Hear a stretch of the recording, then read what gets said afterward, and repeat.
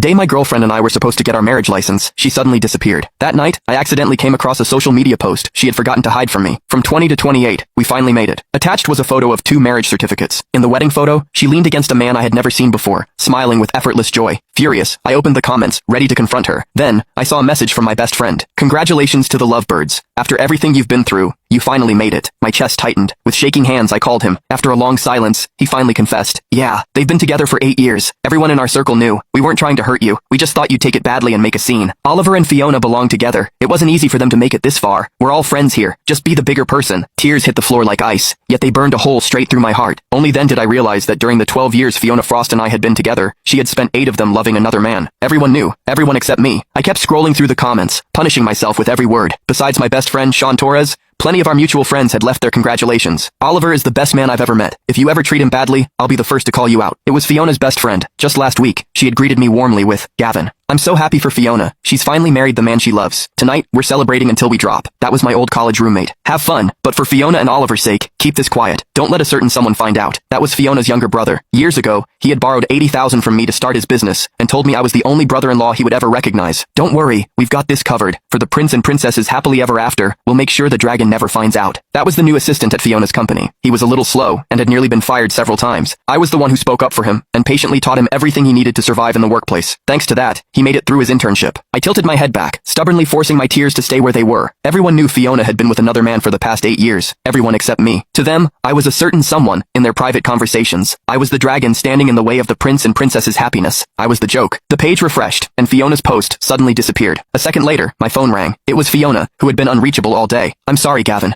Our company's system had a major outage today, and I've been swamped. I haven't even looked at my phone. We've both been so busy lately. Let's put off getting our marriage license for now. She paused for a moment before adding, oh, by the way, did you happen to see anything interesting on social media today? Her voice was tense. The clumsy probing was impossible to miss. I forced myself to sound normal. I couldn't get through when I called you today, and I was at the hospital taking care of my mother. I haven't had time to check social media. Go take care of work. As for the marriage license, we'll do it whenever you're free. My mother had never been healthy. Last year, she was diagnosed with late-stage stomach cancer. The doctor said that, even under the best circumstances, she had maybe 3 years left. Her only wish was to see Fiona and me get our marriage license before I turned 30. Today was my 30th birthday. She was still lying in her hospital room, waiting to see our marriage license. But I could never make her final wish come true, because Fiona had already become someone else's wife. I sank into a corner of the hallway and ran a hand through my hair. Tears splashed onto my phone, blurring the bold black letters on the screen. After wiping it clean, I silently memorized the location of their celebration. Gilded dining room, suite 302. The moment I pushed open the private room door, shimmering confetti rained down over me. As the glittering ribbon confetti drifted down, I caught sight of Fiona, in another man's arms. She was leaning into his kiss, her knees nearly giving way. The friends I knew so well stood around them with their phones raised, capturing every sweet moment. The perfect scene